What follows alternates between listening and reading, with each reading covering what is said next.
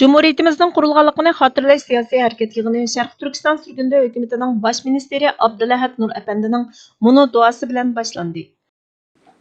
Assalomu alaykum va rahmatullohi va barakatuh. Alhamdulillahi robbil alamin. Vel aqibatu lil muttaqin. Assalatu wassalamu ala rasulih Muhammad va alihi va ashabihi ajma'in. Eng mehribon, eng shafqatlik, hammaga qodir qo'g'dug'uchi Allah.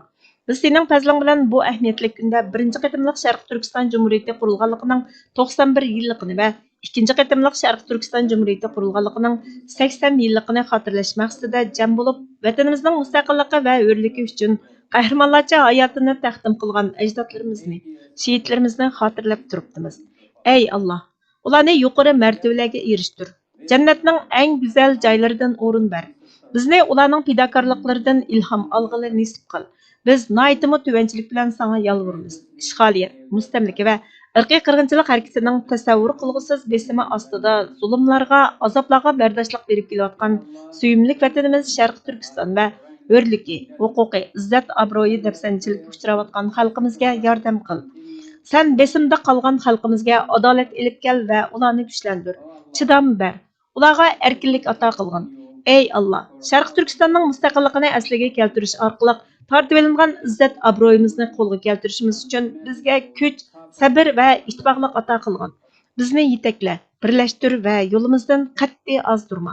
Bu qitimqi siyosiy harakat yig'inimizning adolat, erkinlik va mustaqilligimizni, shon sharifimizni qo'lga keltirishda texmi kuchlik bir qadam ilish fursati bilan ta'minlashga nasib qilgin.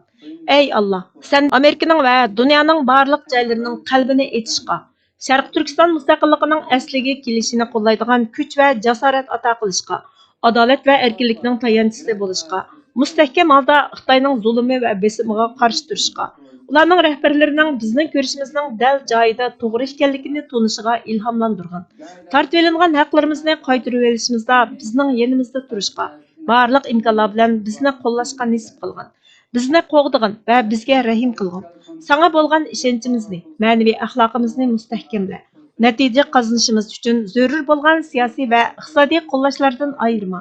Bizning ishlarimizda adolat, haqqoniyat va erkinlik tarafdorlarini birlashtir.